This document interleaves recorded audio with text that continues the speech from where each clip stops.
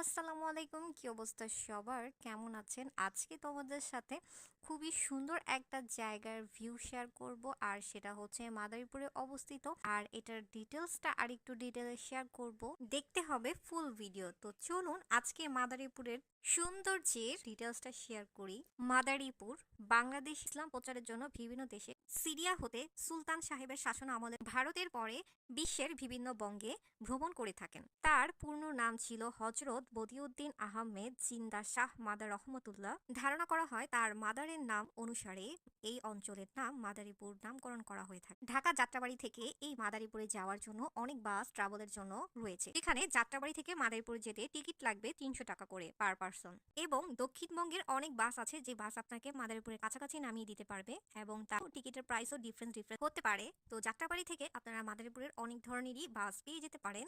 আর সাধারণত প্রাইস ৩০০ টাকায় টিকিট নিতে পারে। আর আমরা সাধারণত আমাদের গ্রামের বাড়ি যেহেতু মাদারীপুর, সেই ক্ষেত্রে আমরা মাদারীপুর আগে অবস্থিত ছিলাম। তারপর ওখান থেকে আমরা এই মসজিদে ভ্রমণ করতে গিয়েছি, দ্যাটস ওয়াই আমরা অটো দিয়ে গিয়েছিলাম। আর এত সুন্দর রাস্তাঘাট, রেল লাইনের রাস্তা, এত সুন্দর সুন্দর নিট ক্লিন পরিবেশ, আপনাদের কিছু কিছু ক্লিপস দেখাচ্ছি, সেটা আপনারা দেখলেই বুঝতে পারবেন। আমরা একদিন পর গ্রামে ঘুরতে গিয়েছিলাম।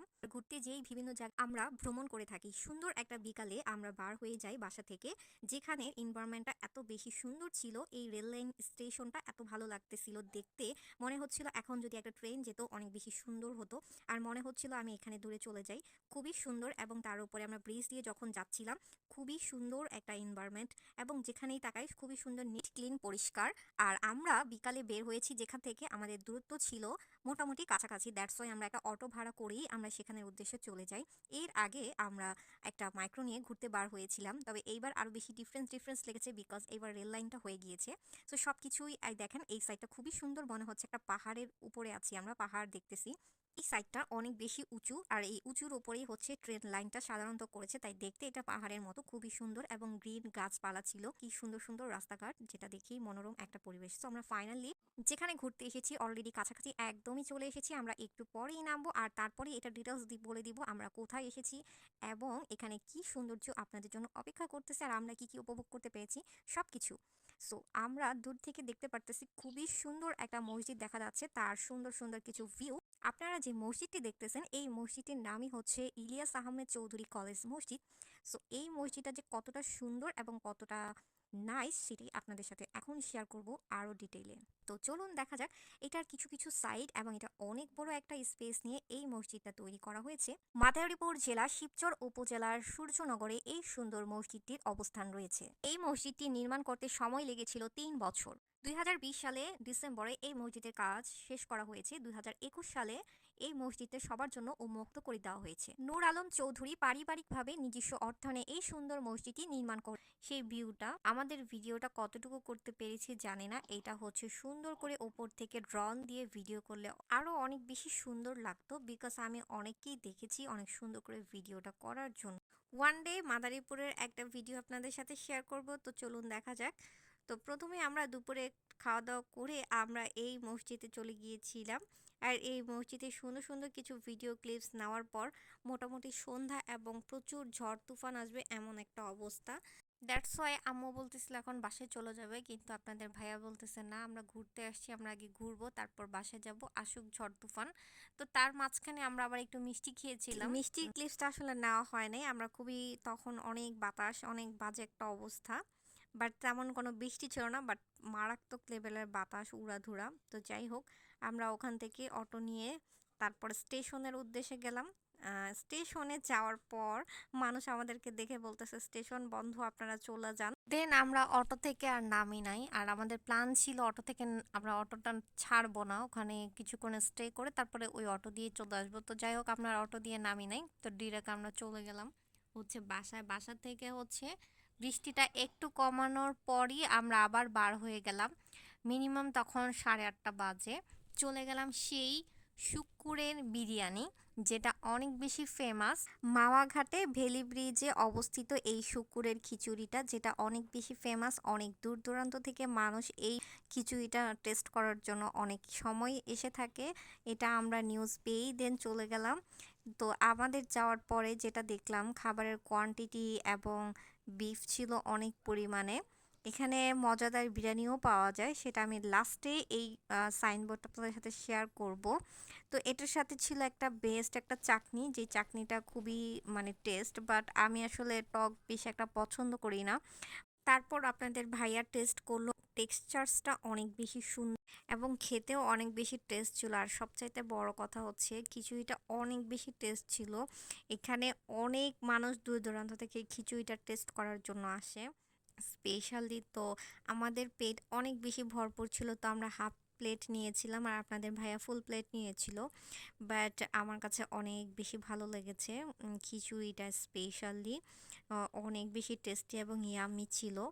আর কোয়ান্টিটি অনেক ভালো পরিমাণ ছিল। তো আমাদের ওই দিনের একটা স্টোরি আছে, ওটা আপনাদের সাথে একটু শেয়ার করব। সো কোয়ান্টিটিটা দেখেন, মানে বিফের কোয়ান্টিটিটা খুবই ভালো ছিল এবং সব কিছু টেস্টের পাশাপাশি বিফটা কিন্তু অনেক মোস্ট ইম্পর্ট্যান্ট, সেটা হচ্ছে খিচুড়ি হোক আর বিরিয়ানি হোক। তো এটা অনেক ভালো ছিল। তো আমি হচ্ছে আমার এত ভরপুর পেট, তো তারপর আমি হচ্ছে প্রথমে বসে কতক্ষণ মানে ছিলাম, তারপরে খাবো। এটা হচ্ছে সাইনবোর্ড বিসমিল্লা বিরিয়ানি হাউস, আর একটা হচ্ছে শুক্কুরের ভুনা খিচুড়ি। তো আমি সাইনবোর্ডটা ডিটেলস একটু আপনাদের সাথে লাস্টে শেয়ার করব। তো আমি বসে থাকার একটা রিজন ছিল, সেই বসে থাকার রিজনটা একটু পরে বলবো। খাওয়া দাওয়া শুরু করি আর ডিটেলসটা একটু পরে বলি। তো বিষয়টা হচ্ছে আমরা দুপুরে খাওয়া দাওয়া করে তো দেখলেনই, বিকালে গেলাম হচ্ছে সূর্যনগর মসজিদে। তারপর হচ্ছে ওখান থেকে ঝড় তুফানের কারণে বাসায় আসলাম। তারপর হচ্ছে আমরা প্ল্যান করলাম যে একটা একজনের থেকে শুনে শুক্কুরের এই খিচুড়িটা অনেক টেস্ট, অনেক দূর দূরান্ত থেকে মানুষ এখানে খেতে আসে। তো আমরা হচ্ছে 4 জন, ওই গ্রামে একটা রিলেটিভস ছিল, উনি না 5 জন গেছিলাম, ঠিক আছে। তো তারপর হচ্ছে যাওয়ার সময় একটা ইনসিডেন্ট হয়, যেটা আমাদের অটোওয়ালা মামা আমাদেরকে ফার্স্টে হচ্ছে মাওয়া স্টেশনে নিয়ে যাওয়ার কথা। তো যেই কথা সেই কাজ, আমরা আগে মাওয়া স্টেশনে যাব, দেন হচ্ছে ওখানে এনভায়রনমেন্ট দেখে তারপর ওখানে কিছু খাওয়া দাওয়া করে দেন হচ্ছে আমরা শুক্কুরের খিচুড়ি খেতে যাব। তো যাওয়ার পথে অনেক সুন্দর একটা এনভায়রনমেন্ট ছিল, অন্ধকার, কিছু কিছু জায়গায় সুন্দর সুন্দর গাছপালা, বাতাস, সব কিছু অনেক ভালো লাগছে। তেমন ভালো কোনো লাইটিং না থাকায় রাস্তাঘাটে আমরা আসলে ভিডিও ক্লিপস নিতে পাই না। আর ওই দিন হচ্ছে ওই যে বাতাস থাকার কারণে অনেক মানে দোকান টোকানও বন্ধ ছিল। নর্মালি দোকান অনেক মানে অনেকক্ষণ পর্যন্ত থাকে আর কি সাধারণত। তো যাই হোক, তারপর হচ্ছে আমরা স্টেশনে যাওয়ার পর আমরা জাস্ট কয়েকটা ক্লিপস নিব। জাস্ট আপনার ভাইয়া নামছে, আপনারা দেখলে বুঝতে পারবেন, হালকা একটু ক্লিপস আছে যে পদ্মা রেল স্টেশন। তো এর মধ্যেই হচ্ছে কারেন্ট চলে যায়। কারেন্টটা যাওয়ার সাথে সাথে এই লোকটা আমাদেরকে বলতেছে তাড়াতাড়ি গাড়িতে ওঠেন, তাড়াতাড়ি গাড়িতে ওঠেন, মানে এরকম একটা মনে হলো যে এখন একটা ডাকাত আসতেছে, তাড়াতাড়ি গাড়িতে ওঠেন। তো আমরা না ওই লোকের কথা শুনে একটু ভয় পায় দ্রুত গাড়িতে উঠলাম। গাড়িতে ওঠার পর উনি না স্টপ হয়ে গেল, গাড়িটা না চালায়া মানে একটু সামনে যেয়ে জাস্ট স্টপ হয়ে গেল। স্টপ হয়ে সবাইকে জিজ্ঞাসা করতেছে, আচ্ছা রেল স্টেশনে কি মানে ইয়ে নাই, জেনারেটর নাই? তো ওই ছেলেগুলো বলতেছে হ্যাঁ আছে, একটু ওয়েট লাগবে, বিকালে বাতাস আসছে তো তাই। কিন্তু উনি তাড়াতাড়ি করে একটা ভুলভাল বইলা গাড়ি টান দিল, দিয়ে আমাদেরকে সারা রাস্তায় ভয় দেখাতে দেখাতে আসলো। বলতেছে এখানে অনেক অ্যাক্সিডেন্ট হয়, এইটা হয় সেটা হয়, আপনাদের অনেক বেশি সেভ করার চেষ্টা করতেছি। মানে ওনার কথা শুনে না আমরা মোটামুটি একটু ইমপ্রেস হয়ে গেলাম, বাট ভাবছি নতুন এরকম কিছু একটা হইতে পারে ভয়। তা আমি না সিরিয়াস একটা ভয় পাইছি যখন উনি তাড়াতাড়ি করে মানে গাড়িতে উঠতে বলতেছে। আমরা সবাই একটু ভয় পাইছি। পরে যখন উনি মানে বলতেই আছে শুক্কুরের খাবার খেতে যাব, তো উনি আমাদেরকে বিভিন্ন রাস্তা দেখানোর চেষ্টা করতেছে যে এই রাস্তায় যাবো, ওই রাস্তা দিয়ে যাবো। যখন আমাদের বলতেছে তখন বুঝতে পারলাম যে উনি আমাদের সাথে মজা করতেছে, আমাদের কোনো একটা ফাঁদে ফালানোর জন্য। তো পরে হচ্ছে আমরা ওনার ফাঁদে না পড়ে আমরা ওনাকে অনেক কিছু বলছি যে আমরা যেই রাস্তা দিয়ে আসছি আর এবং যেই রাস্তা দিয়ে যাইতে চাই আপনি ওই রাস্তা দিয়েই নিয়ে যাবেন। মানে উনি অনেক ধরনের রাস্তা দেখাইছে, যে পদ্মার পাড়ে রাস্তা দিয়ে যাই, আপনারা পদ্মার সুন্দর নদীপথ দেখতে দেখতে যাবেন। তো রাত্রেবেলা নদীপথ কেন দেখবো বলেন তো? এটা কি দেখার কোনো কিছু হলো রাত্রেবেলা, তাও আবার হচ্ছে বৃষ্টি অবস্থায়? তারপর হচ্ছে গিয়ে বিভিন্ন রাস্তা দিয়ে উনি আমাদের সুইচ করার চেষ্টা করতেছে, যেখান দিয়ে শর্টকাট হয়তো বা তার লিঙ্ক আপ থাকতেও পারে। নাইলে উনি আমাদেরকে স্টেশন এরকম ভয় কেন দেখাবে বলেন? তো যাই হোক, ওনাকে একটা ধমক দিছি, আমরা সবাই মিলে অনেক কিছু বলছি।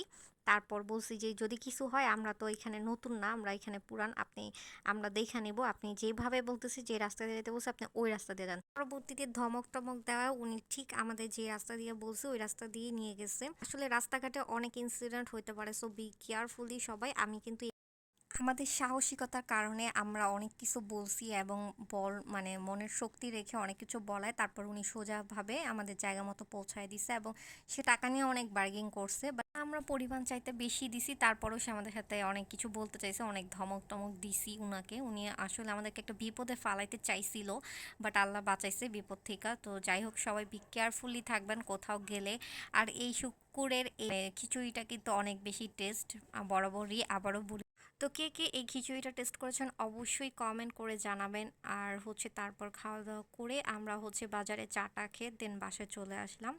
তো ফাইনালি এই ভিডিওটা আপনাদের সাথে শেয়ার করলাম আর এক্সপিরিয়েন্সটাও শেয়ার করলাম। তো ভালো থাকবেন। ভিতরের ভিউটা এরকম ছিল, আমি ডিটেলে বলতে পারি নাই স্টোরিটা শেয়ার করায়। তো নেক্সটের নতুন ভিডিওতে আবার দেখা হবে, সে পর্যন্ত ভালো থাকেন। আল্লাহ হাফেজ, বাই।